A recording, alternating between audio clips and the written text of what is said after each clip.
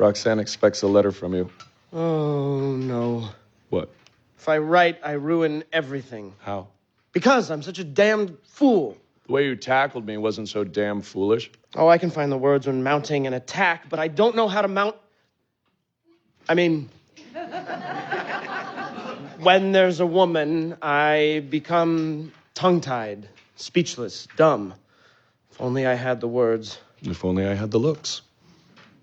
Besides, she's so exquisite, sensitive. One false word, and I blow any illusion she may have sky high. If I had your wit, your eloquence... Why not borrow it? Why shouldn't I give you words to woo her with? You give me... Well, call it a lie, if you like, but a lie is a sort of myth, and a myth is a sort of truth. There's no reason why Roxanne should be disillusioned. Let's start a collaboration. You frighten me. Oh, what scares you is the thought of the time when she and you are alone and you cool down her heart with breath unwarmed with words. Well, have no fear. My words will be with you. What do you say? Dear Aster Flores, I think you're really beautiful. Even if you were ugly, I'd want to know you, because you are smart and nice, too.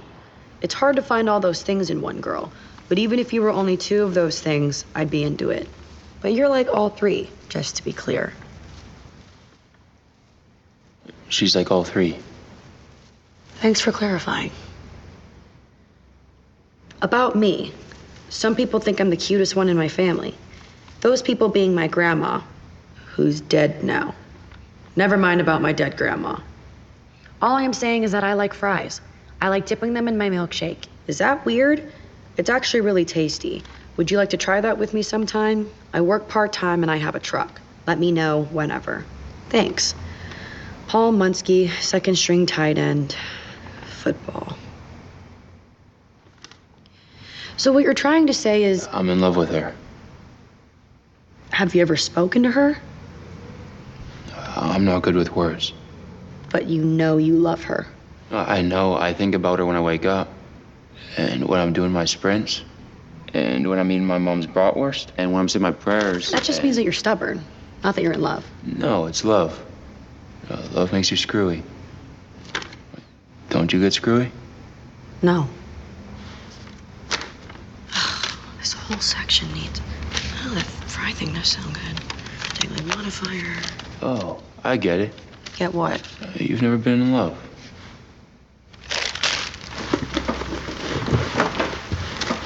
Ugh. You want a letter about love? I'll write you a letter about love. Why don't make her fall in love with me, not make her storm off in a huff like what you're doing right now? Welcome to A Neat Retelling. This Pride Month, I'm running through the public domain with a pack of wild lesbians to explore all the ways old tales are made new. Let's go! Let's go, lesbians, let's go! I am your host, Jasmine Garcia, and joining me today are... I'm Ellie McConaughey, and I'm going to play Aster Good Luck Babe, and it's going to blow her fucking mind. Truly. I'm Conor Duffy, and I'm just happy to be here. I'm the honorary straight man in the, I'm the Paul Munsky of this group. Much smarter, if you ask me, but... Yeah, and I am Ilana Greenberg-Sood, and I have been an out lesbian almost as long as most of those actors have been alive. Oof. Yeah, it was some oof when I went to look up how old some of them were. Oh yeah, no, this is very much a Dawson casting case.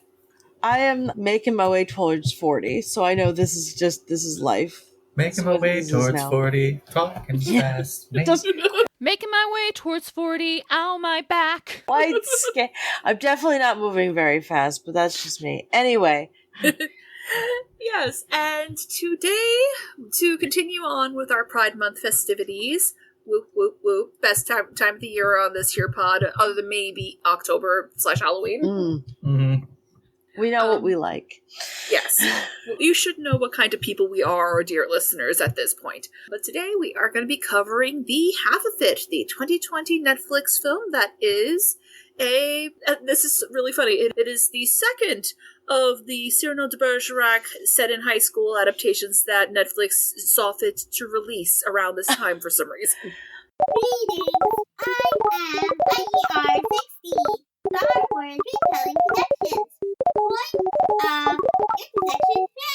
This is a degree 5, featuring Stefan, Sonnenfeld, executive producer for The Force Awakens, The Rise of Skywalker, and The Book of Boba Fett. Bobby Johansson, ADR mixer for The Last Jedi and The Rise of Skywalker. Gene McCarthy, casting director for Solo. Leslie Wu, casting associate for Solo. Nicholas Caderet-Renaud, digital compositor for Solo. And Michael Rivera, ADR mixer for The Last Jedi and The Rise of Skywalker. For uncredited amendments, check out imageretelling.tumblr.com/sibling-blogs. Well, it's just perfect. But I have more on that for later, on why this is the perfect way to do Cyrano. I mean, like, the first time I heard of this movie was because, like, hey, you remember the lady who directed that really good lesbian rom-com from, like, 06? Gosh, yes. She's back. Like, what?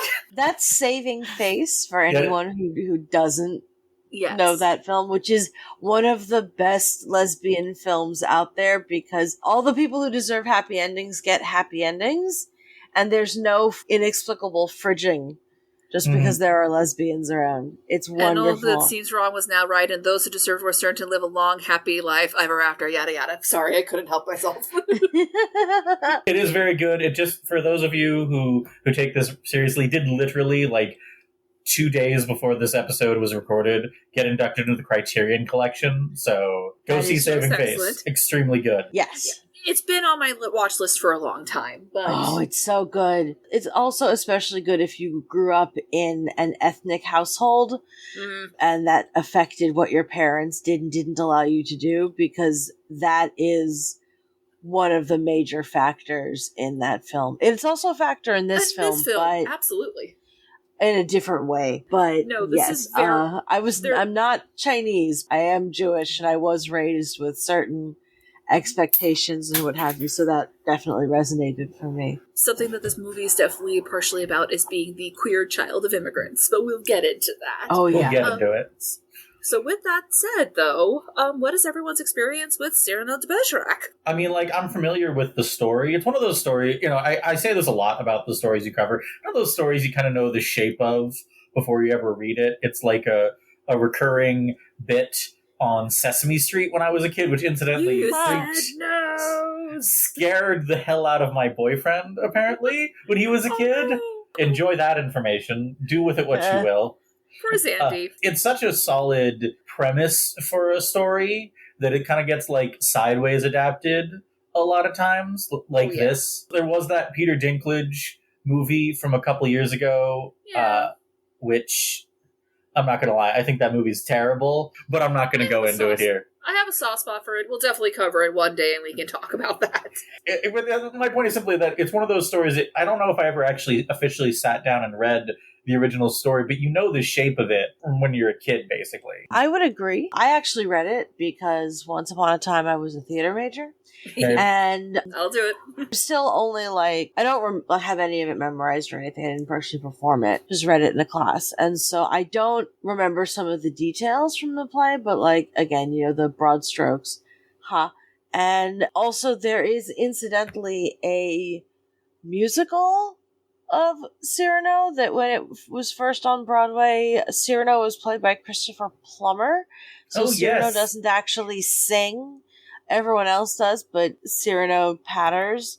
And the music's pretty good. I don't know how the book is, but... Well, you know, the Peter Dinklage Cyrano is also a musical.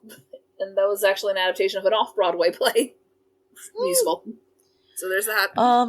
It does not surprise me that it just keeps going. This actually was one of my favorite plays of the ones I read in school, because Cyrano is such a smart ass, and that's really fun.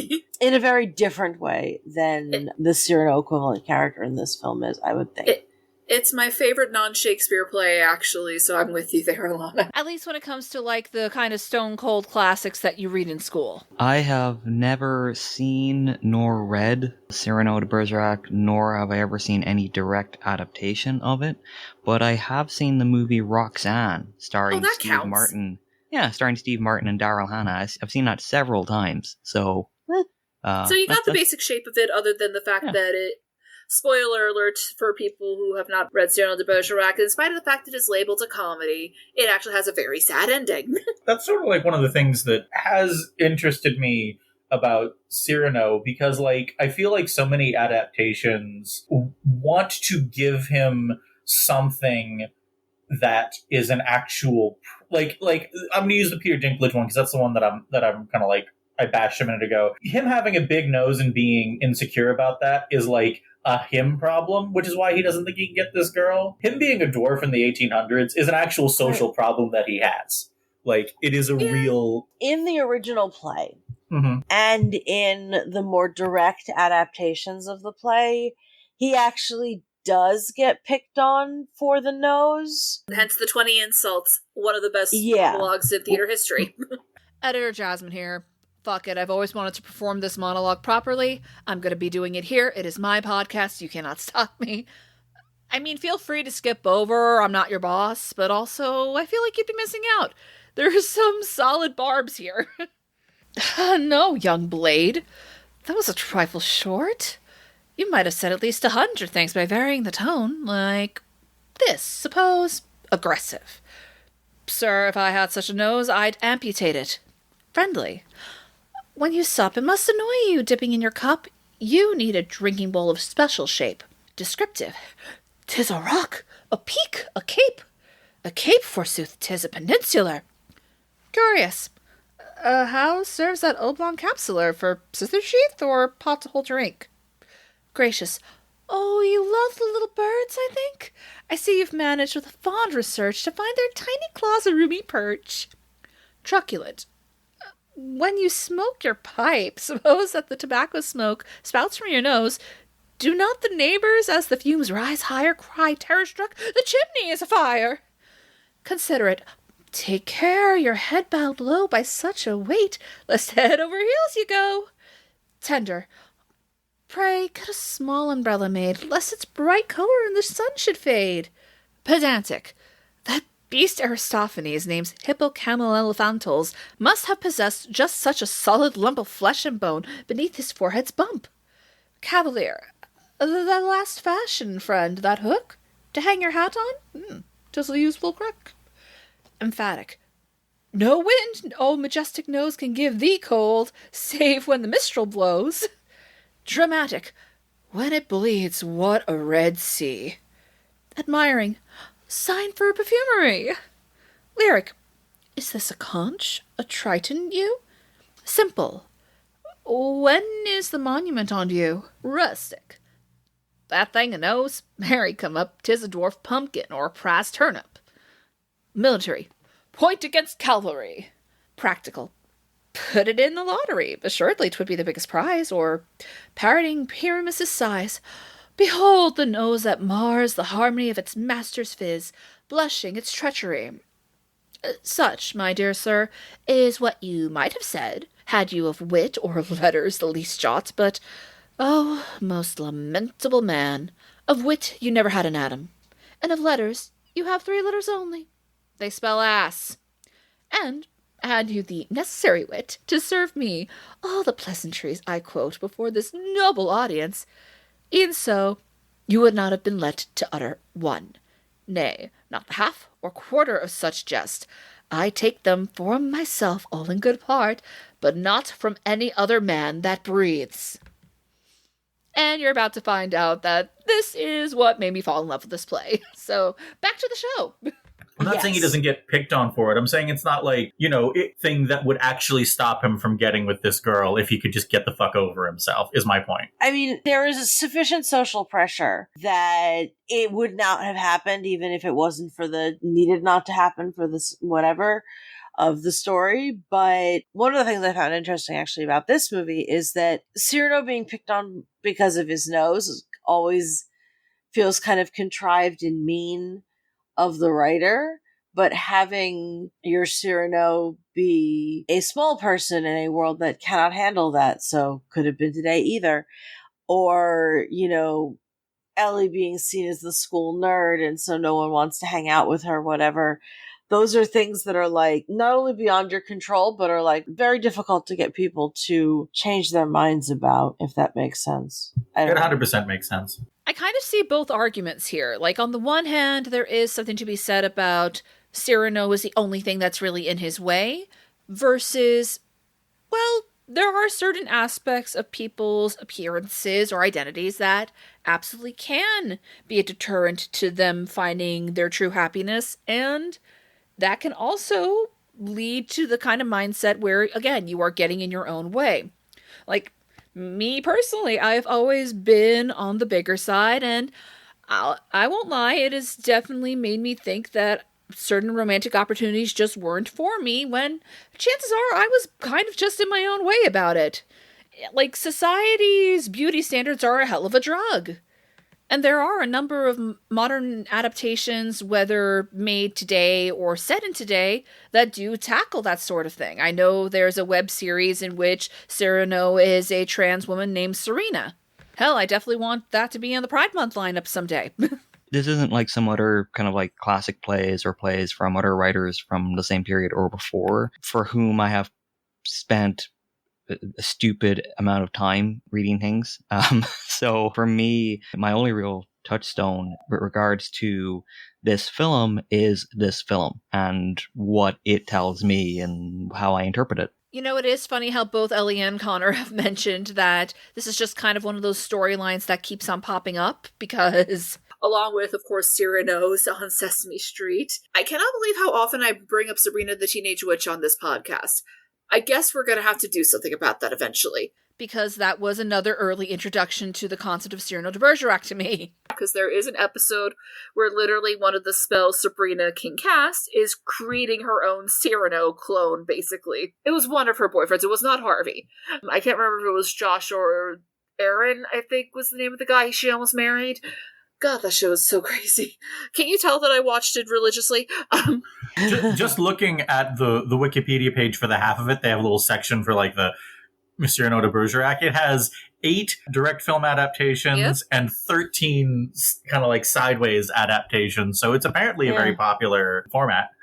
And it's not even considering all of the sitcom episodes that clearly took inspiration from Roxanne. Oh, like with earpieces and stuff. Like almost every sitcom in the 90s and 2000s had at least one episode where somebody had an earpiece in while someone told them how to talk to whoever they were interested at the time. There was even a Sweet Life of Zack and Cody episode with it. Look, the truth is, Maddie's been coaching me through this computer chocolate chip. Why would you need coaching? Wait a minute, did she just say computer chocolate chip? Enough said. I'm not going to lie to you, Jasmine. My impression of The Sweet Life of Zack and Cody, from what little I've seen of it, is that is a profoundly destructive show on a pretty basic level. That's all. I can't quantify that. That's just my impression. It feels evil. It feels like if I look at it, I will come out a villain. God. I can't explain that. I'm mostly doing this to make y'all laugh. Goodbye. It's very funny. I believe it was my senior year of high school, shout out to Miss Nissler, where I read the play, and pretty much the minute Cyrano goes through all the 20 insults from that one douchebag who thought that saying his nose was big was enough of an insult, I was just immediately hooked. I absolutely adored this character. I wonder why I, someone who's had experiences with bullying, just absolutely hero worship this guy who was able to completely destroy someone who was trying to bully him, and then add in I wonder why. add in the unrequited love element. I was toast. Like, I love this play a lot, which is why it's crazy to me that it had been so long since I really experienced it prior to my listening to the LA Theater Workshop's audio play of it in preparation for this podcast so I could have fresh thoughts. Jason Ritter played Christian in that. That was pretty good. I've seen Roxanne, I've seen Cyrano, and I'm sure there's more than I could think of now. Hell, one of my many works in progress is taking on Cyrano de Bergerac that actually takes some inspiration from my Worlds Elsewhere experiences, while also ending in polyamory, as frankly I'm shocked hasn't happened yet. Yeah, maybe someday. I mean, that's my goal. I mean, like, the central conflict of any adaptation you have of Cyrano is that, like, if you've characterized Cyrano well, the audience is going to want your Cyrano, or Ellie in this case, which is going to get a little confusing. We're just going to have to roll with it. To get together with the lady. But what he does to her is shitty. It's a shitty thing to do. It is. That's... Especially when you throw in the fact it took them 14 years for her to figure it out, and then he's dying in her arms. And it's like, you two were I want to say childhood friends, but they were cousins. But, it's like one of those things, We're just glossing over. Glossing over. Oh, Europe in the past, what were you doing? And that's like not to say that that's not something that you can get beyond and still have the ending be happy or romantic. I think this movie does an extremely good job of navigating that. But you got to acknowledge, hey, that was shit. That was shit what you did. You and your buddy are shit in this moment. You got to be better than this. Yeah, Roxanne was very smart in doing that. And also, it is such a shame because they're both so likable. Could have been so easy to make Christian just a bastard, but no, he's just kind of stupid. He does mean well. I think they captured that very well with Paul. Oh 100%. My gosh. Outside of a single scene, which, he's emotionally hurt and he kind of defaults to homophobia, which is, I feel, an extremely common thing people do, But just then lash he out. immediately starts trying to figure this out. Yeah, exactly. Right? He gets there. He gets there. I think that's a pretty common thing that people do. I've had it happen to me on several occasions where someone is just mad, and even if they're not materially transphobic, they have that weapon and it's an easy one to use. It's a very teenager thing to do. It is, yes. Oh, yes. Go ahead. I remember that from when I came out, actually, because I came out in late high school, and I got a little bit of that. No, it was fine. Yeah, no, actually, I should have expected that scene, because I knew that a major factor in this story was the fact they lived in this kind of town, where that kind of casual homophobia would absolutely be acceptable, but I'm not gonna lie. For personal reasons, that did end up hitting a lot harder than I expected. I feel like this film navigates that pretty well by saying, they're going to hook up, but it's they need some distance. Well, I'm already spoiling if I'm already going right to the end. I apologize. It's okay. It's okay. I'm not surprised. Well, the end is significant because it's one of the biggest changes, other than the setting, obviously, but one of the biggest changes is that everybody who deserves a happy ending gets a happy ending, even if it's not the one that they thought they wanted. Which I thought was fabulous. I would say that if I thought we were going to experience some homophobia in this movie, it would be from Trig. But then I would have to remember that Trig exists. He does not exist in my memory of this movie. I was looking at the Wikipedia page, who the fuck is Trig? Oh, right. I mean, the best thing about Trig is that he is, he's not an antagonist, but he's someone there that you can actively dislike. Despite the fact that Trig, his biggest failing is that his dad is the richest dude in town, which means that Trig never had to get a personality deeper than a puddle. Yeah. As someone who grew up in an extremely wealthy town, man, I knew 10 dudes exactly like that. I can believe that, yeah. And little towns like that. So there is no town called Squamish, beautiful, but it is the name of one of the local First Nations tribes, and there are a bunch of towns whose names sound very, very similar here out in Washington. And so I literally went and looked it up because it would be west of the Washington's mountains running down the middle, and on the west side that Seattle is on is very green, and then on the other side of the mountains it's not because of the way weather works. And so they're probably in one of the little towns in the wooded areas that are at the base of the Olympics mountains. And I was like, okay, so is there a town called Squamish? And phone said no. But we have Snohomish and we have Suquamish and we've got, what have you. I found that very entertaining. I apologize. I put in my notes that I have to make this joke when we talk about the town itself. Diane, it's 11:30 a.m., February 21st, entering the town of Squamish, 5 miles south of the Canadian border, 12 miles west of the state line. I've never seen so many trees in my life. I promise we'll figure out a way for you to talk about Twin Peaks around these parts. I will make it happen. I will kidnap all of you. Jesus. Anyway, I will say I loved the opening, which has another public domain concept that I'm sure we'll talk about on this podcast eventually, with Plato's idea of the origin of soulmates. Not gonna lie, I made a little joke. Okay, Google, play The Origin of Love from Hedwig and the Angry Inch. Folks roam the earth like big rolling kegs. They had 2 sets of arms, they had 2 sets of legs, they had 2 faces peering out of one giant head, so they could watch all around them as they talked while they read, and they never knew nothing of love. It was before the origin of love. The origin of love. The origin of love. Origin of love. Well, it's got a couple of interesting references beyond just there's all the stuff that there's all the stuff that Ellie is teaching Paul about so that he knows about her interests, which is both cute and creepy. And but it's a rom-com. It's kind of what it is. And like you said, the high school setting makes it make even more sense. Oh yeah.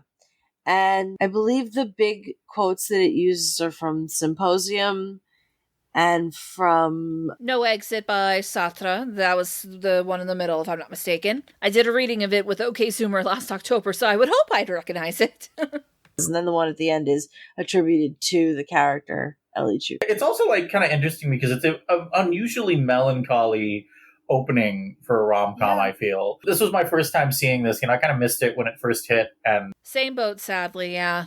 Netflix movies are ephemeral. Is that the word that I want? The word you want. And also hit or miss.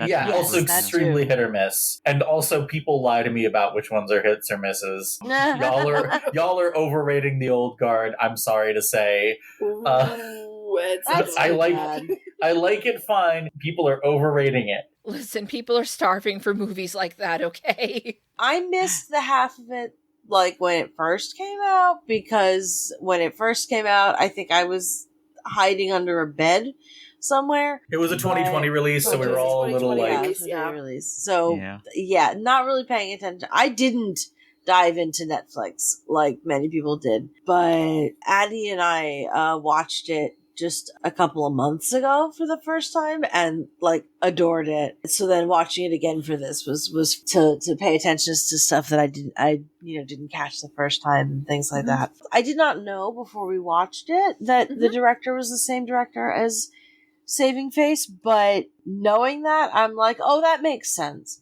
Because both films, you wouldn't necessarily know they were rom-coms, especially in certain moments of the films, and they have moments of genuine sadness and monotony and the negative sides of being human, and even the positive stuff isn't blown up out of into caricature the way it can happen with rom-coms or your more standard mainstream rom-com. This is a rom-com that's not afraid to acknowledge that the big romantic Hollywood endings no one's ever really going to experience that unless they're very, very lucky. There's just something that feels a little bit more real about it, at least in certain aspects. I do think it does fall into some of the high school comedy cliches a little bit.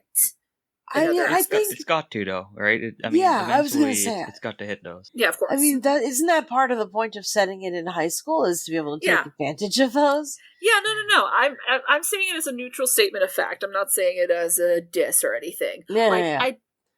This is no 10 Things I Hate About You, per se, in terms of how I feel about it, but I do think this is overall a very good film. I think it better than 10 Things because I hate Shrew with a passion, but that's something else. But 10 Things I Hate About You very much fixes a lot of Shrew. I love 10 Things I Hate About You because I hate Shrew.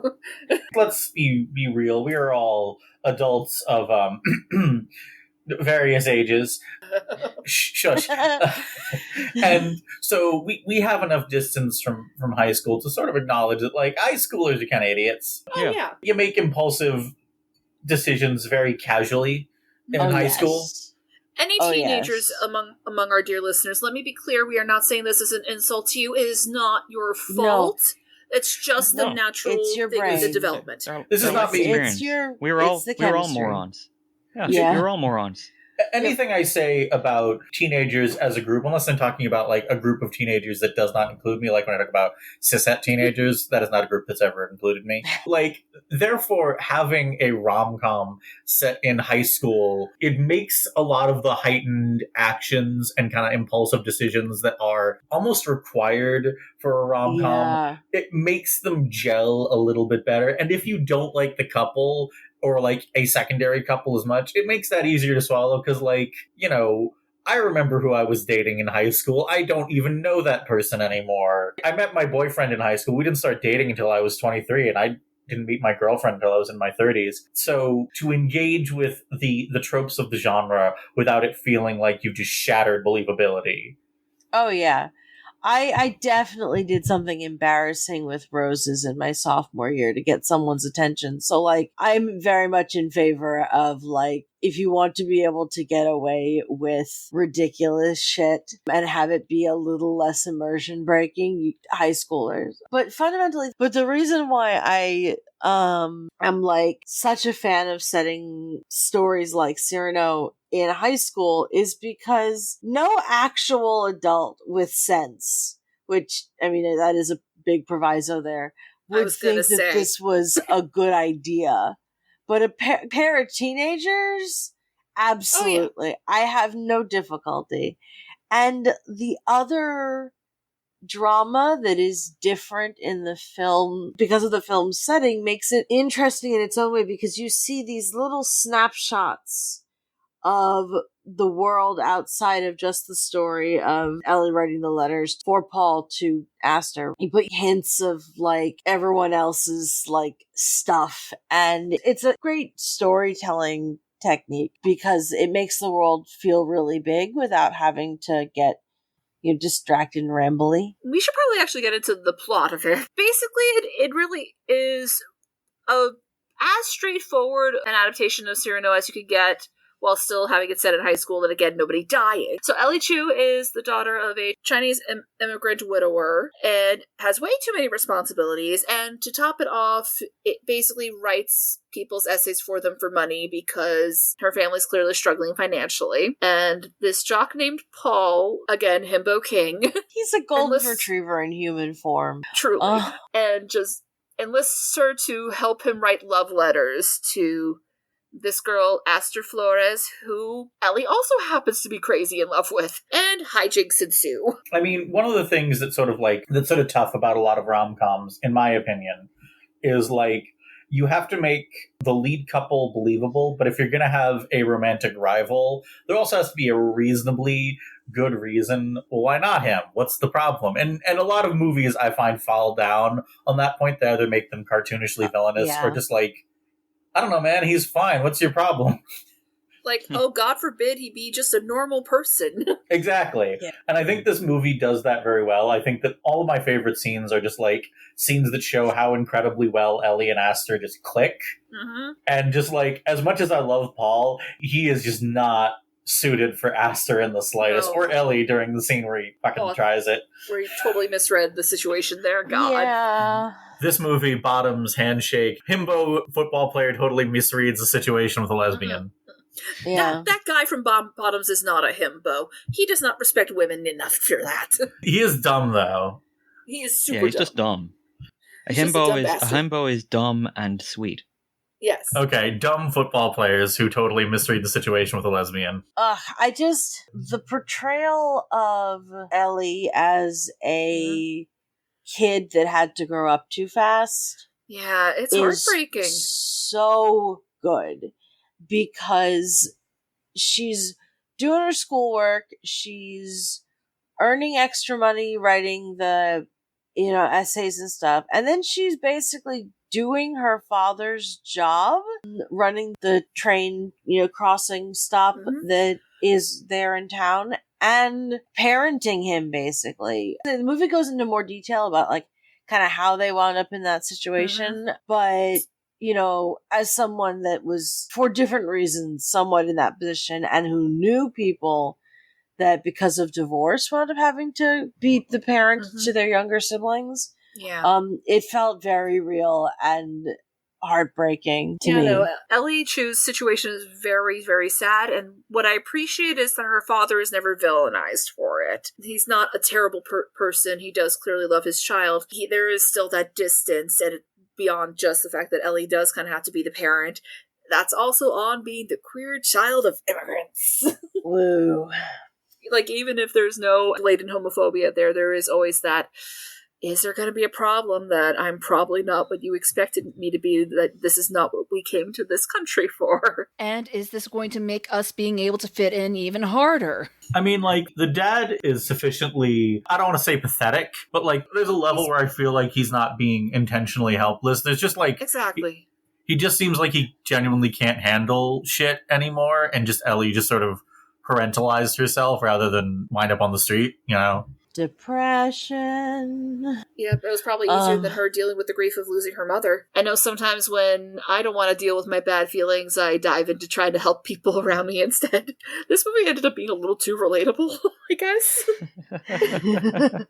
Aster is a really interesting character as well, especially in terms of her being kind of the Roxanne stand-in for this, obviously. Because the two characters are actually so different. Honestly, could not be more different, really. Except for the fact that they are both, like, these very smart and beautiful young ladies, and that's part of what makes them click with their Cyrano so well. But I did find it interesting because, again, Roxanne and Cyrano have known each other their whole lives. Like, they have a really good rapport. They have a really good connection. Meanwhile, Aster, has noticed Ellie, there's not really the sense that they know each other terribly well, but they still have, like, almost an instant connection in spite of the fact Ellie is, of course, doing everything in her power to make it seem like, no, it's Paul you have the connection with. Totally.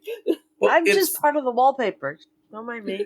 It's kind of interesting to me that, like, that they have this instant connection, but also that, like, the two scenes that really struck me are, one, Paul, like, there's a scene where Ellie starts going off about, Aster in a really romantic way, and Paul's like, oh man, you can say all that, you don't even care. It's like, it's interesting to me that he doesn't even consider that an option until it's basically in front of his face. That's heteronormativity for you. In Paul's defense, he is very stupid. He is very stupid.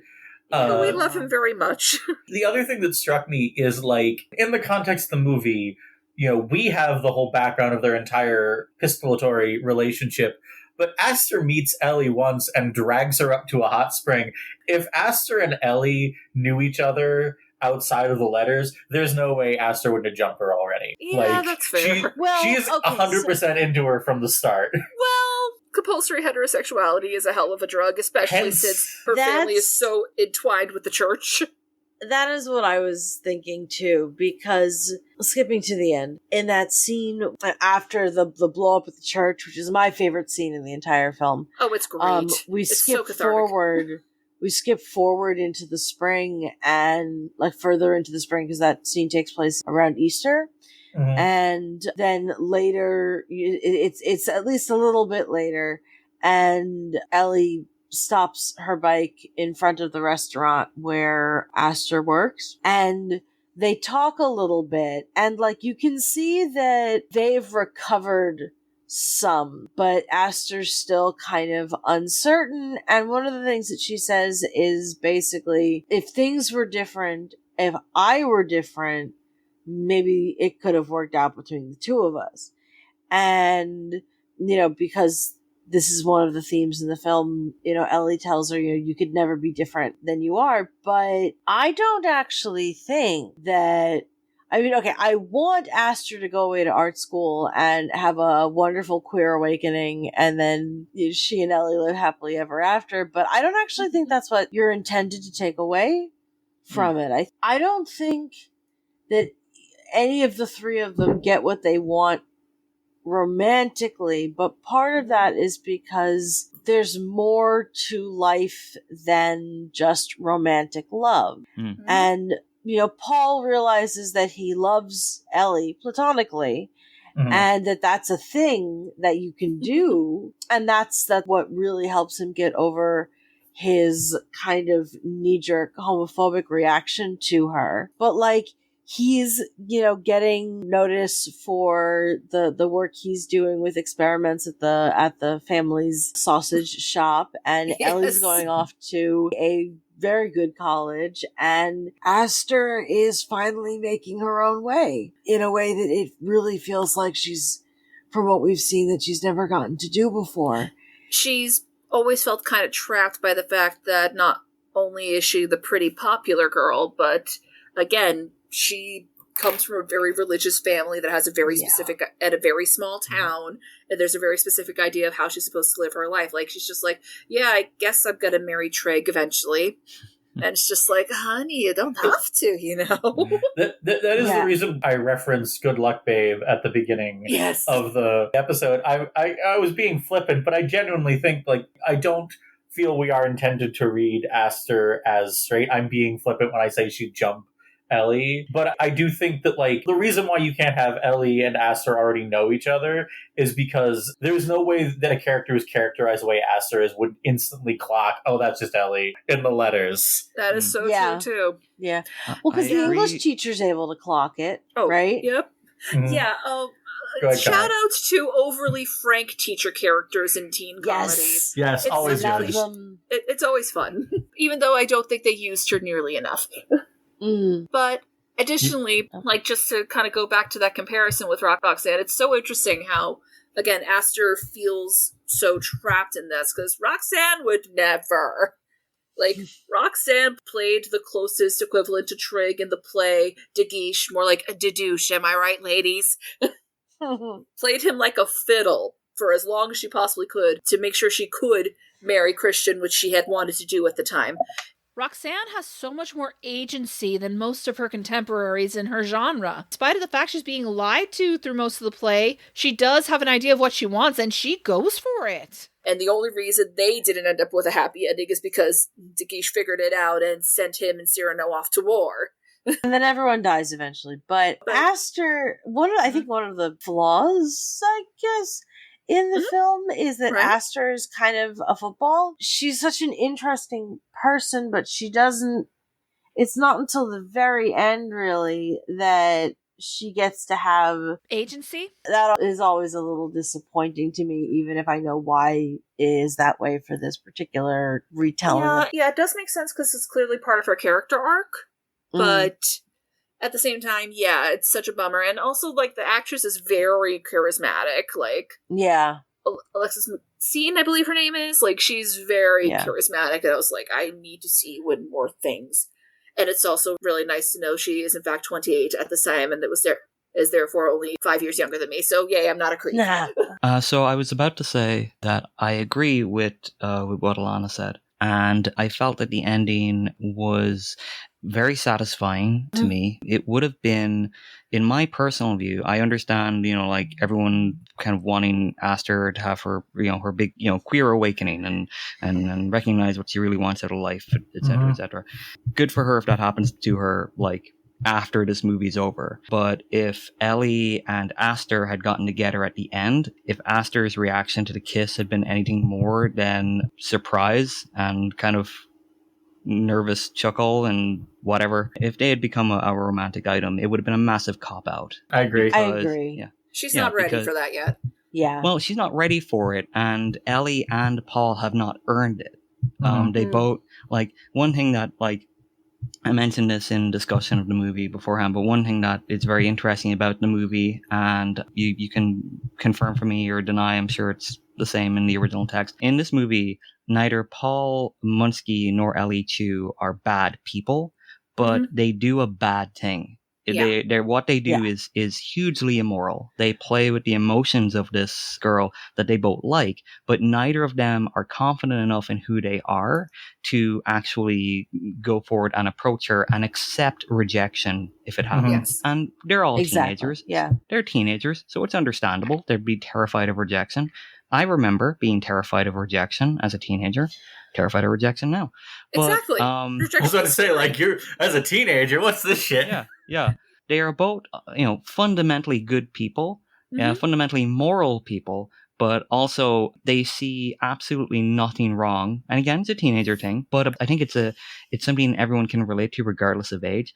They don't see anything wrong with what they're doing, despite the fact that what they're doing is fundamentally wrong on every level. And it's a credit to the film, to the direction and screenwriting and the actors involved, that you never end up like disliking these two people, because really, if you were one of Aster's friends and you were told, hey, did you hear that, like, that, did you hear about what happened at the Easter Sunday mass, like the big blow up that happened? Yeah, it turns out that Ellie Chew Girl was writing letters for that Paul guy, and they were both like to get Aster to like Paul, but it turns out, and it's like this whole messy thing. And the thing you would say is, wow, those two people are fucking assholes. If it were my friend, I'd probably like, okay, where are their addresses? I just want to talk. Just want to talk. Yeah. So I appreciate that the movie ends with everyone in a better place, but not in a place together.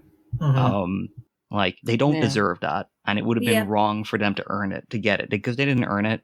And so it's very pleasant. It's pleasant in its own way, in that they didn't get what they want, but they got what they deserved in a good way. And again, who knows what happens a year from the end of the movie? The door is open. What I hope happens a year from the movie ending is that Ellie meets a girl in college with whom she can click on a fundamental level, and actually begins her first proper grown-up relationship, her first, romantic relationship, without the extra baggage of, I kind of lied to you for 6 months. That is fair. That is also very fair. Yeah. As much as I adored the characters and I am really happy with this movie, I do feel like the pacing feels so weirdly episodic.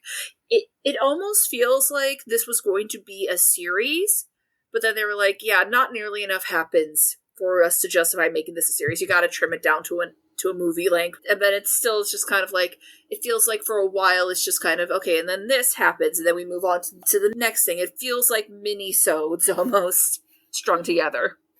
I mean, the basic story structure of Cyrano is going to be kind of built around, I don't want to say episodic structure, but like a kind of start-stop structure, just because, the plot only really gets to move forward when, based on the actions of the leads, like, no one else's actions really guide the plot until the very end. Well, I wouldn't say I agree with that necessarily. The plot moves forward at a pretty good clip in the play. No, that wasn't what I was saying. I was saying that, like, the plot is built so heavily around the lead character's actions that it's not like plot moves forward when the character does something, plot moves forward when the villain does something. It's just them always doing something, so it feels like each thing's its own discrete beat, is, I guess, my point. I guess what I mean is just that they add in so much about stuff that's going on in the school that doesn't really have as much to do with what they're doing, which I get. It's building setting, and honestly, I love the talent show scene, even though I was just like, a mandatory talent show? What are we talking Oh, God. about? If my high school had a mandatory talent show, I would have played 433 on piano as my form of protest. Yeah, I think because I did one of the talent shows in high school, but it was optional. Yeah, right? most of them are. Most of them are, because why would you want that? I think that Ellie's musical talent is one of those plot threads that just really never goes anywhere, unfortunately. It's there. Well, no, it's there to build her character. Yeah, and like, it explains why she knows the Flores family because of Aster's horrible dad playing at church. She's his favorite heathen. That was a crazy line. Absolutely insane thing to say about your daughter's classmate. Insane thing to say about anyone, really. It does set up some framework of why certain things happen the way they do. Oh my god, this Ellie and Ellie the Last of Us, both guitar playing lesbians named Ellie who lose the girl due to their own idiocy. Man, I'm writing an essay about this. Goodbye. I do like that she ends up playing guitar in the talent show scene, though. Because it's a way to kind of show, hey, you don't have to be a loser necessarily. Like, just because they can see you in a way that's different if you just allow yourself to be. I mean, the whole point of the Cyrano story is the fear of the mortifying ordeal of being known that you must have in order to be loved. In that way, this is almost a perfect adaptation. No, I'm not gonna submit to the mortifying ordeal of being known. I will remain unknown. You have 2 partners. Shush you. Because that's the thing, like, not a whole lot happens in the film, but it is so engaging just because these characters are so delightful. At least to me. I mean, that's sort of the essence of high school, and I think the best high school movies capture that. You know, you look back at high school, a whole lot of stuff happened. None of it really mattered over much in the grand scheme of things, except to what it did to you, what it changed about you. Oh, gosh, yeah. You know, and people who had, like, an epic world-changing event happen to them in high school. Please do not get on my ass about exceptions in the comments. I am generalizing. I do that. It doesn't make you interesting. My point is that, like, the stuff in high school that feels so fucking momentous in that moment is almost always, like, I don't know, man, it didn't actually matter that much. Yeah, no. How many of us thought that the world was going to end multiple times throughout high school, and then within like a month of graduating, you're just like, wow, why did I make such a big deal about that? So in that way, I feel like it's accurate. You know, a whole lot of stuff kind of happens. Yeah. The characters don't have a whole lot of agency over most of it, because who controls what happens to them in high school? Not me. Nope. Yeah. And not themselves either. Like, the most control they have is doing this whole letter writing scheme. Maybe they shouldn't have that much control then. We gave you control and you decided to mess with a classmate's brain, so. Well, the thing, of course, is that they don't, I mean, I'm not disagreeing with you, because you're absolutely right, but they don't see it that way. Yeah. Because, you know, teenagers not thinking through the consequences. Yeah. I mean, one of the things that I think the film does an extremely good job at doing, which is, I think, makes Ellie more forgivable, if not necessarily morally better, is that, like, Ellie is very clearly an extremely lonely person. And again, the movie does an extremely good job of showing, man, she just clicked with Aster instantly. And Paul does become a friend, but, like, this is her first real example of a relationship. And also Paul is, like, going to bat with her bullies for her. So it's understandable, even outside of the financial situation, why she would continue doing this. It is a connection with another person to other people, and she kind of needs that. It's lesbian straight guy solidarity. Hell yes, it is. Which is a real thing, and we love to see it. Yes, we love a lesbian himbo friendship. And additionally, much like her counterpart in Cyrano, it occurs to her as like, this is the best chance I have to be able to say all the things I want to say to the girl I am into without any negative consequences. So she thought. So they both thought. Well, that's teenagers. The negative consequences bit is turned off temporarily. And the emotionally stunted in terms of Cyrano. Bless him. Teenagers are constantly living through that one meme. Me sowing, haha, this rocks. Me reaping, oh, what the fuck? Pretty much. Yeah, would not want to be one again. No, 0 out of 10. Okay, if I could transition in high school, I would endure high school again, but... If I could maybe undo a few mistakes, yeah, I guess I would again. No, I would just make completely different ones, but I'd make them as me. Very fair, and isn't that what Pride Month's all about? Maybe tell her not to defend the guy that is the reason that this movie partially triggered me so hard, maybe. Oh boy. Yeah. Speaking of, apparently Alice Wu's part of her inspiration for this film was... And she mentioned this in her director's notes for this movie. The first time I had my heart broken after coming out as a lesbian was not by a girl, but by a guy. A straight white guy from the heartland, no less. If you had picked this guy out of the crowd and said, this boy will be your best friend, I wouldn't have believed you. But sometimes you meet someone and for whatever reasons, your weird works together. He helped me accept myself as gay at a time when neither of us knew any gays. The two of us bumbled through the odd terrain of trying to get a girl. He succeeded to our great joy. At least one of us would not die alone. And then disaster. His new girlfriend was wary of us despite knowing I was gay. And slowly, ineffably, the delicate calculus of our connection eroded. I recall one rainy night, the two of us crying in a car, me blurting, I don't get it. if anything were going to happen with us, wouldn't it have already have happened? And he said, she's not worried we'll sleep together. She's threatened by our intimacy. I always remembered that. Which, ouch. Buddy, you gotta dump her.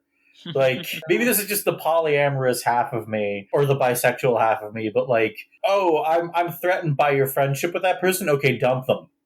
Yeah. Like, fuck off. Basically, if somebody is telling you to choose between you and someone else, the choice has been made. Choose the person who is not making you choose. You know, that's not universally true, but it's a good rule of thumb. Yes. I mean, unless it's an issue of safety, like literal actual safety. I have been very close to that sort of a situation before. Yeah, fair. Where someone but like actually 9 times out of 10, I'd say. But and in a situation like the one that Alice Wu experienced, yeah, no, you dump the girlfriend. No, I love the way that like they built the relationship between Ellie and Paul such that her dad is okay with him hanging around. Yeah. And then when Trig kind of accosts her in front of her house and tries to kiss her without her consent, her dad's got the spray from the kitchen sink and hosing him down. That is one of the scenes where I was like, who the fuck is... Oh, right, that's that guy. Oh, he's in this movie. Yeah, there is a certain amount of let us assume that we as men understand what the little woman wants, toxic masculinity, that is still, a thing that is being taught to teenagers today. So, like, especially as teenagers, they're so young and they've got so few influences when they are young telling them that you don't have to be that way to be a man. But I don't know if you want to comment on that, Connor.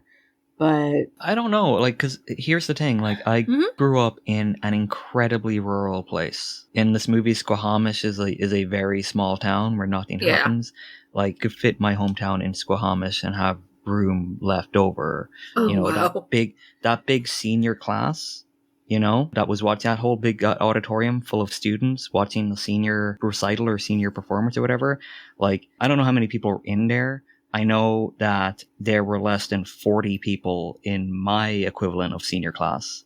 Yeah, wow. Yeah, but I'll tell a personal story. I knew one gay person. I was a lesbian straight male friend, but I was one of many. Yeah, I was one of many straight male friends because there was only one gay person that I knew, period. And from about the age of 13 to like when I got to college, and then I met like one other openly gay person who I didn't know he was actually gay until like some other person had told me. Because I am nothing if I am not oblivious to the personal lives of people around me. Connor, we're all gay in this chat except you. Yep. Oh, fuck. Shit. You did it again. And here's the thing, right? Like, without saying names, good news, everybody. Last I checked, we haven't spoken to each other in a long time. Because when was the last time you spoke to the people you knew in high school? Other than Beth and Callie? I mean, I was going to say, more recently than you'd expect. But yeah. But, like, thanks to social media, I can kind of see what people are up to or whatever, and they can see what I'm doing when I bother to post about it. But last time I checked, she was happily married and, living her best life. And hell yeah. Good for her. And, one of the smartest people I ever met. So earned everything she got. Hell yeah. So as a teenage boy, having, one of the girls in your class, I don't even know how the conversation got together. Came along. We were both like 14, and we were probably talking about something to do with like gay rights or what have you, as you do when you're 14. And you're just sitting in like the kind of like room for your class, the kind of common room for your year. And so as we're talking about that, and she goes, well, I'm gay. And I was like, that was kind of like how it casually came about. And she had realized that about herself. And I recall being in the moment super cool with it and being like, oh, that's cool that you've discovered that about yourself. But I also recall in like the hours that followed while we were just sitting in class feeling really nervous about it, because now I was struck by numerous thoughts. I was like, well, like, does everyone know? Like, how am I the second person she's told, or the 20-second, like, can I mention this to anybody else? Is that right for me? Like, how does this, nothing changed about our, relationship with one another. We were still friends, but something had changed. And, I didn't react with, homophobia or anything like that. Like, what struck me was oh, wow, okay, another thing. I never met a non-white person until I went to secondary school. And then there was one kid in my class whose parents were from Pakistan. So he was born and raised in Ireland. So he had that border accent that comes out when I'm talking to other Irish people. So I think for me, Paul's reaction to finding out the truth about what was going on, he's feeling very hurt, but also didn't know how to react to it. For me, as a teenage boy, I had the similar thing going on where it's how do I react to the fact that the world is way more complex than I ever had to deal with, I don't know if that answers your question, but for me, the relationship that Paul and Ellie had felt very genuine. Mm-hmm. And I related to it quite a bit, Well, you did better than Paul did, then. I did better. I did better than Paul did, but I think it's because this friend and I weren't writing secret love letters to a third person in our class. There weren't these weird romantic entanglements that were going on in this movie. So if there had been, if I had been attracted to her, or if I had discovered an attraction to someone else in our class that we both shared, I don't know how I would have reacted. Probably would have reacted the same way I reacted to everything back then, which was I probably would have cried and written a poem about it. So you're Irish, you say? Yeah. I'm Irish. I don't talk about my feelings. I just fill 18 volumes with the most heartbreaking poetry you've ever heard. I mean, still better than what Paul did. The thing about Trig, and this struck me, and I've been having this thought a lot lately, that you sort of glanced across this, Ilana, with a we know what women are thinking more than they are, is the essence of cishet society, of any dominant group, is just the belief that whatever anyone else does is about them. And you can see this all over the place in how cishet people engage with queer people, from straight dudes who are 100% convinced that any lesbian couple is just trying to get their attention, to transphobic parents who make their kids transition something that happened to them. Yeah. Trig and Paul being utterly incapable of thinking of Ellie as a person who could think of something other than them makes sense to me as kind of the casual self-centeredness that comes from being in that group. I mean, you can, coming to the understanding that, oh wait, no, these are people who have their own lives and opinions, and maybe I shouldn't assume that I know what they want. Mm-hmm. I made the joking reference to Bottoms earlier, but it's actually the same exact mentality that football player has when he tries to kiss Josie in Bottoms. He thinks that what's happening here is about him, because no one else exists to him, which is also an extremely teenage mindset, that no one else exists except you. And I think that the reason I like Paul, especially at the end, is that you do have to, especially if you're a cishet white dude, you have to unlearn that mindset. You have to unlearn the idea that the world and everyone in it revolve around you. This is not a suggestion, cishet white dudes listening. This is an order. Do it. Unlearn it. Yeah. Yes, and if you haven't already. Yeah, and I do love that he kind of came to the conclusion. I love that the most eloquent he ever was when he's basically secretly standing up for Ellie in the church, because obviously most of the people in the church don't know what's going on here, don't know the context of all of these rants that they're having, and it's very funny. Yeah. But also it's really poignant. It's just love isn't pretending. I know, because I've been pretending. Only for a few months, but it sucks. And I've been thinking about how much it would suck to have to pretend to be not you your whole life. I always thought that there was one way to love, one right way, but there are more, so many more than I knew. And I never want to be the guy who stops loving someone for loving the way that they want to love. Again, that's the whole thing of why I think Paul's a damn near perfect modernization of the character of Christian. We've been joking that he's stupid. It's not that he's stupid. It's they just cannot be eloquent about their feelings. Their feelings are too big for them to. They cannot heave their heart into their mouths. Wow, go figure. He is also stupid, to be fair. Well, I mean, yes, he's not very bright, but the scene when they go back after the date where he offers to bring Ellie back to his place and have dinner with his family, and then you get there and there's just this amazing shot of his family all yelling over each other and reaching, like standing up to reach across the table to get stuff and things like that. And then they kind of look at each other and go, you know, oh, we're gonna go to your place. And then they eat reheated frozen chicken pot pies while watching a movie. And you kind of get the feeling that maybe there's a reason that Paul doesn't know how to talk to people and express himself that way, because he's never gotten the chance. Because his family, there isn't space for that. And, you know, at school, if he, as a jock, there are, you know, the stereotypes, positive and negative, that everyone puts on jocks.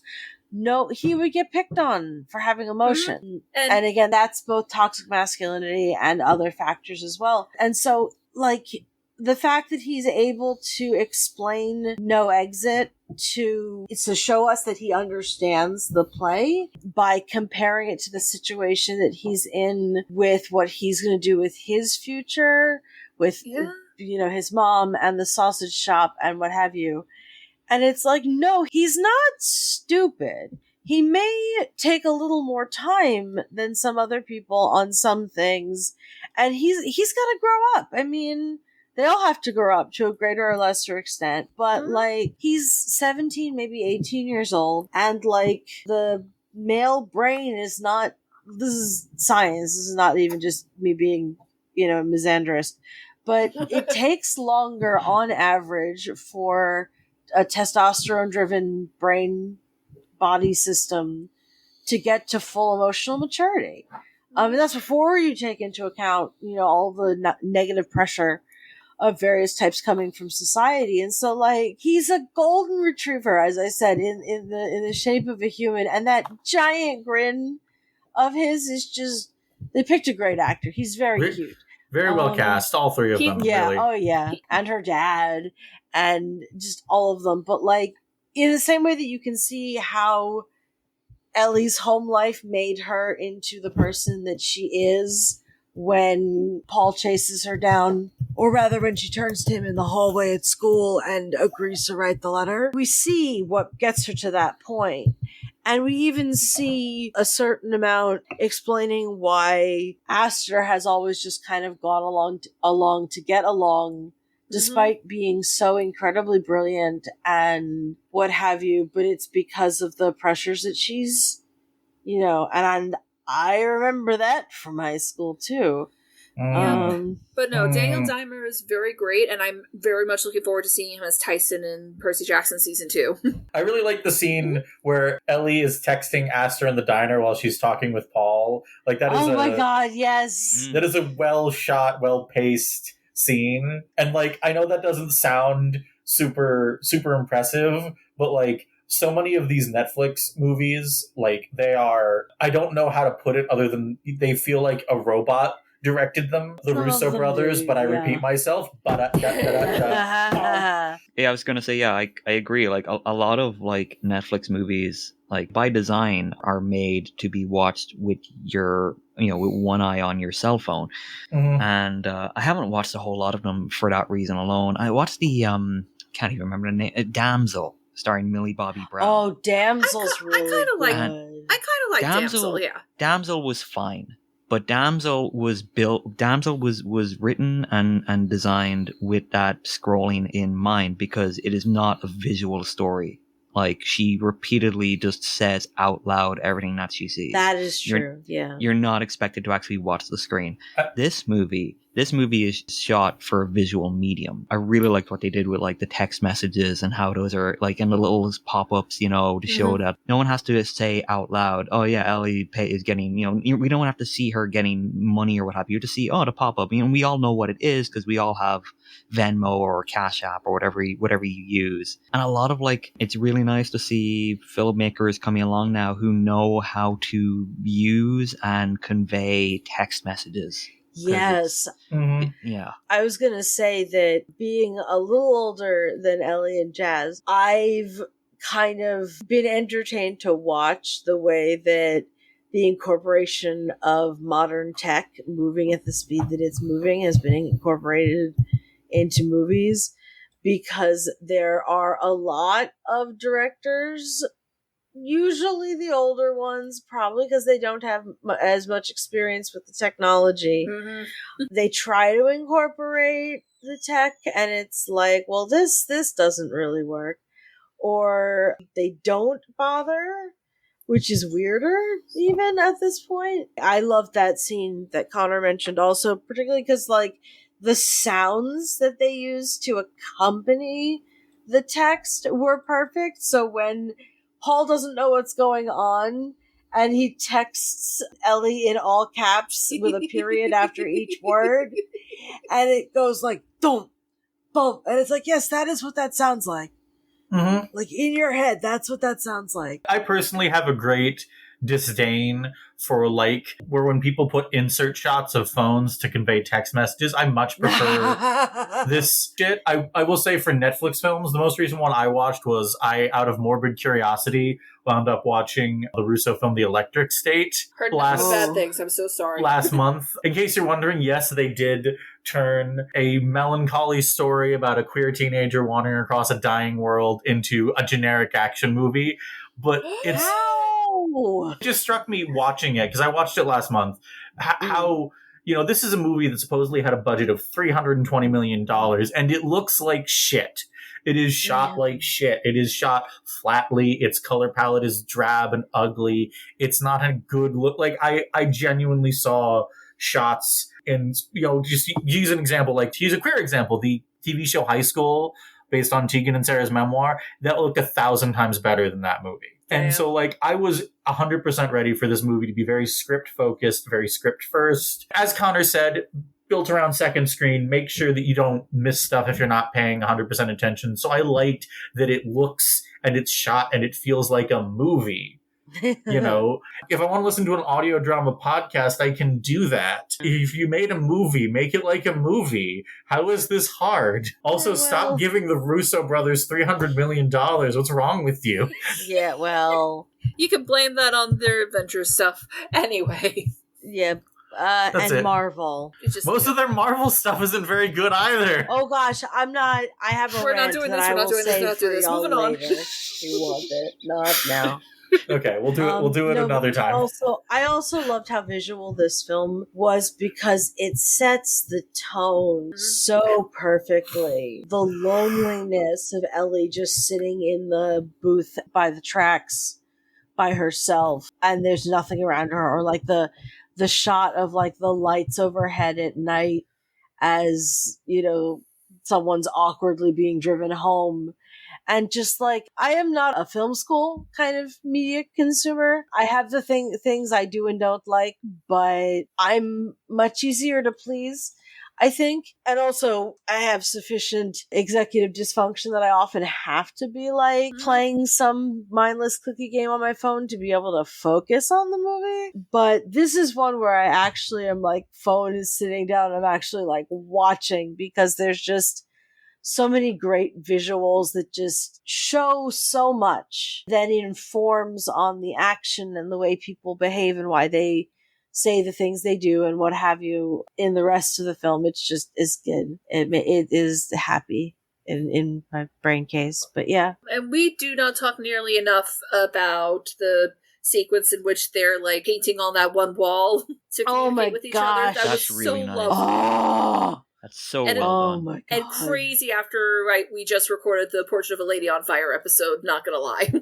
And now I'm thinking about Portrait of a Lady on Fire. I have to see that film. You do. You definitely need to be in a good focus space for it, but yeah, well, that'll be the challenging part. But yeah, no, like, there's so many. It's so charming. Yeah. And I love that whoever came up with all of the media that Ellie was going to try to teach Paul about, and to, you know, because there are things that we know that Aster likes. Somebody actually like came up with a pretty coherent version of a person, with like interests and a lot of that thematically make relevant sense. stuff. Sorry. Well, I mean, of course it's thematically relevant too, yeah, but that's easy to do. But having it feel like, oh yeah, the same person would like all of these things is kind of neat. But they put real effort into this movie, and that goes for miles.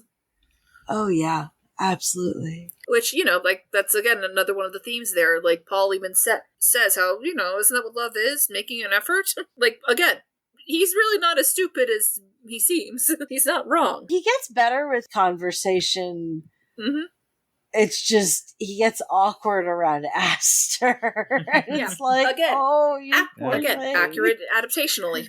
Yeah. Because Christian's also actually not that stupid. He can actually keep up with Cyrano when he wants to. So, yeah, no, this is a very, very lovely little film that I'm very glad I finally got around to seeing. Yeah, we totally watched it by accident. It just came up on the thing, and we went, this looks fun, and then had the first time, and had a really good time with it. So it was very exciting to get to do it to talk about it with y'all for the episode. Yeah, so why does Cyrano de Bergerac endure? I mean, because we're all voyeurs. Sorry, but like... You're not wrong. And the circumstance is so preposterous that you almost, like, you have to see how it's going to play out. And one of the things that I have found that changes the most in retellings of Cyrano is the ending, because the ending of the play is depressing. I remember when I first read it, I was so mad. I actually argued with my English teacher, like, how is this a comedy? I was so upset. Does the French call any musical a comedy? No, it's not even a musical. I know that's not the actual reason. I just think it's funny. And you've got, such a range of how people change the ending too. And that, like, even this one, it changes the ending, obviously. Like, no one dies, first of all. But I think Trig actually dies off screen, is my opinion. Okay, sure. Trig's on the way back to his father's mansion. Trig died on the way to his home planet. And even this movie, neither of them gets the girl. But the idea that, like, the essay that Ellie's writing at the beginning about people messing up their own lives and other half and all of that stuff, it kind of sets up this idea that maybe romantic love is not the only answer. And so the fact that Paul realizes that he can love Ellie platonically and that's okay, and also that by doing what he did to Aster, that was not a loving thing. And so you do get a hopeful ending for all three of them, but not necessarily because of their romantic prospects. Yeah. And I think that was a really good choice, as opposed to just, like, matching one up. Because I agree with, I think both Conor and Ellie, you talked about this, about how neither Ellie nor Paul had earned, Aster's forgiveness and for her to date one of them. But they both seem to have learned about what the choices they've made and what have you. And Aster is finally stepping up and doing, what she wants rather than just going along with what she's told she's supposed to do. And the ending is at most cynical, bittersweet. Yeah. And otherwise, it's optimistic towards the future is really how I see it. That, the three of them are on paths that will hopefully lead them to good places in their futures, whether those involve each other or not. Mm-hmm. I think the reason Cyrano in particular endures, and part of it is just that, like, I mentioned this during, I think, the Bridget Jones episode, like, nothing elevates a rom-com as quickly as being like, it's not a rom-com, it's an adaptation of Pride and Prejudice, even if it doesn't really have anything of, like, Pride and Prejudice or Sense and Sensibility in it. But also, like, we cracked a joke earlier about, what do you mean you're afraid of rejection as a teenager? I'm 35 years old, and I'm still afraid of rejection. I'm afraid enough of rejection that, like, I have had multiple people have to be making out with me before I realize they like me.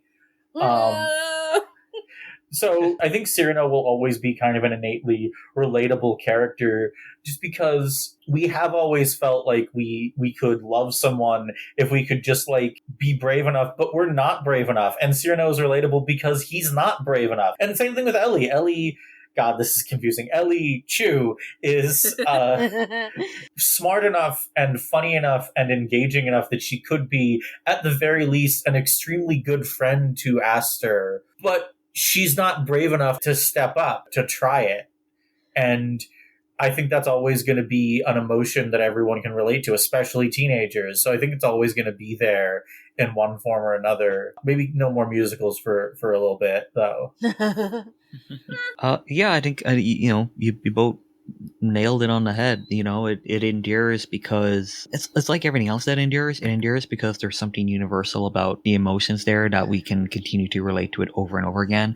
And yeah, we can all relate to fears over being rejected by someone we love. We can all relate to, wishing that we were what we think that person is looking for. And, which seems like a very specific thing that we can all relate to, but I think at some point or another, we've all had that feeling of, like, if I was just, X or Y, or if things were just a little bit different. Obviously, the vast majority of us don't engage in a long romantic con job. We tend to just accept. Just the once. Obviously, you get a freebie. Yeah, but I guess we can kind of relate to wishing that it was as simple as being what we perceive as the objects of our desiring in turn. To finding to the put it right in words. Yeah, exactly. Yeah, we all want to be the person who knows exactly what to say at exactly the right time to make the person that we're really into us in turn. Which, but as the movie expresses, like, love isn't that simple. It's not. Love is messy and horrible and selfish and cold. It's not finding your perfect half. It's the trying and reaching and failing. Love is being willing to ruin your good painting for the chance at a great one. And, like, sometimes it sucks. And, at least in this adaptation of Cyrano de Bergerac, we get the full gamut of that, which is nice. Mm-hmm. Yeah. If I may continue on, not only is Cyrano hella relatable for being so insecure, but on the other hand, he is also objectively a very awesome and funny, talented character that it kind of drives you insane to read or see the play. It's just like, how do you not see how awesome you are? Yeah, I mean, he's kind of an asshole, though. Yeah, he's an asshole, but also, let me be clear, I'm not saying he's not an asshole. But he's an entertaining asshole and very intelligent. Very talented, and Roxanne clearly admires him for him just as he is, even if she doesn't quite realize she's in love with him until the very end, tragically. So it's just like, everyone around him can see that he probably does stand a chance with Roxanne, but he's got to get out of his own way, and he never does. It is truly a cautionary tale when you think about it. Oh, yeah. I will say that part of the reason Cyrano's an asshole is it's defensive against the people that pick on him. And in the same way that Ellie Chu disappears into the background as a defense mechanism, and Aster goes along to get along as a defense mechanism. And Paul is quiet, and so when he's required to speak, he has a hard time with it. Mm-hmm.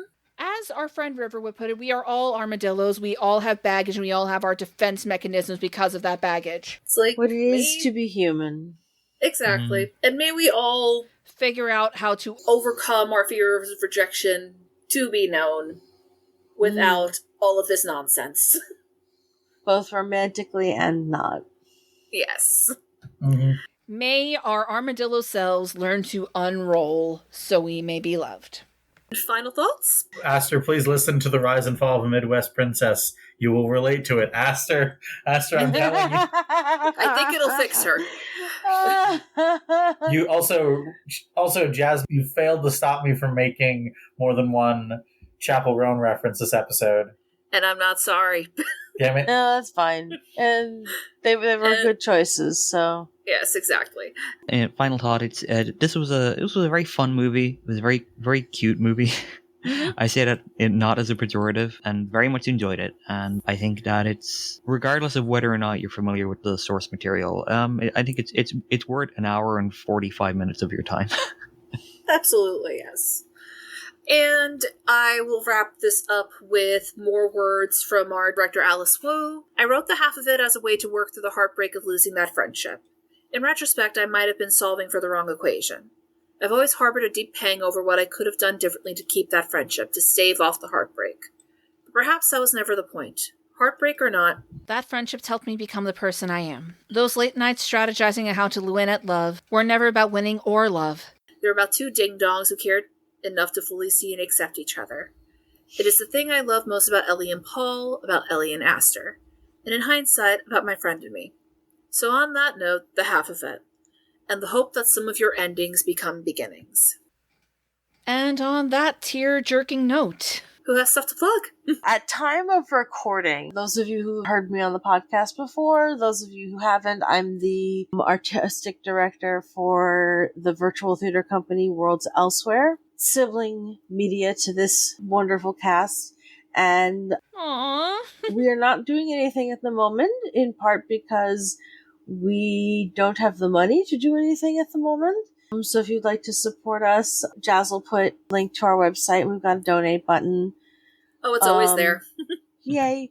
We started out as a fully socially distanced company during COVID. Our most recent play was a slightly gender weird production of Pygmalion, the play on which My Fair Lady is based. But as of time of recording, which is a little bit before this is going to actually air, we're not actively working on anything right now. So please consider donating and supporting us any way you can, because I love this theater company. It's how I met most of these people. So please consider donating, or at the very least, give some of our past productions a watch. They are on YouTube as long as there's a YouTube. Well, speaking of sister relationships to this pod, you can find my podcast, which is in the same cluster, I guess is the word. The Biggest Night in Podcasting, where we talk about Oscar-winning films. We got some great stuff already up on the YouTube and Spotify page. I'm extremely fond of our episode on Anna Karenina, which is not actually up at time of recording, but will be up at time of posting. It's extremely good. I'm extremely excited for everyone to hear that one. You can also find me on Blue Sky, Letterboxd, and Medium at LSR42. I do film criticism there once in Blue Moon on Medium, not Letterboxd, Blue Sky. I just post random shit on Blue Sky. And on Tumblr at Football in Tuxedos.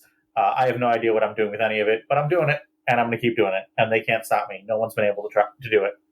And none of us want to. You can find me on Blue Sky. I am young Mr. Duffy. I don't have a podcast, but my wife and I do have a radio show, Third Country Radio, which you can listen to at bff.fm. You can listen to it live or on demand anytime you want. We pick a different theme every week, and then for 2 hours we chat and we play music and we have a good time. We also have on itch.io, you can find us at we are Third Country Press. Third Country Press, we make zines and little RPGs and supplements. Most of it is pay what you want. Very excited to announce that in the coming months, one of our games, actually the first game we ever made, Grandma Club, is getting a new edition, and it's going to be included in a collection coming from Steve Jackson Games. That's very exciting. Congrats! Yeah, their funding their funding goal got reached, and so it's going to be a real thing that happens. Yay! Love that. And as always, you can find me at Faye Riviera on all the socials, and please consider following this show on Twitter and Blue Sky at IAR Podcast. If you'd like to help us reach the next chapter of our story, please consider donating to our Patreon, our Ko-Fi, or the Support the Show link below. Or if, much like Ellie Chu, you are struggling financially because, frankly, who isn't lately? There are still ways you can help, such as commenting or rating us on the podcatcher of your choice, and also just letting people know about us. And while Pride Month may be over, our festivities are still going strong. Hopefully before Monday, we will have our final 2 Pride Month episodes out, starting with our covering the YA Dark Academia fairy tale novel, The Grimrose Girls by Laura Pohl. We hope you will join us, and remember, stories gain power in each retelling.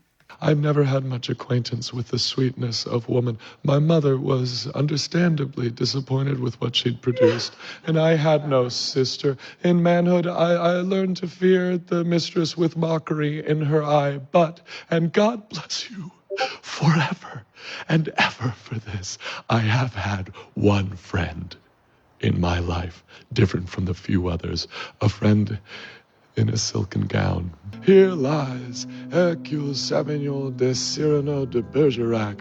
I have to leave you. That lunar shaft is waiting to carry me away. My love, my only love. No, not here. Oh, no, not lying down. Let no one help me. Only this tree. And already I feel myself shod in marble, gloved in lead. Let death come then. He shall find me on my feet, my sword in my hand. Cyrano. There he is, looking at me, grinning at my nose. Who is he to grin? That noseless one, all bone. A man fights for more than the mere hope of winning. Better to know that the fight is totally, irreparably, incorrigibly in vain. Who are you? Who are you all there? 100 against? No, 1,000. And I recognize everyone, all my old enemies, falsehood, prejudice, cowardice. You asked for my surrender, never, no. Never. Are you there too? Stupidity? You, above all others, perhaps were predestined to get me in the end, but no. I will fight on. I will fight on. I will fight.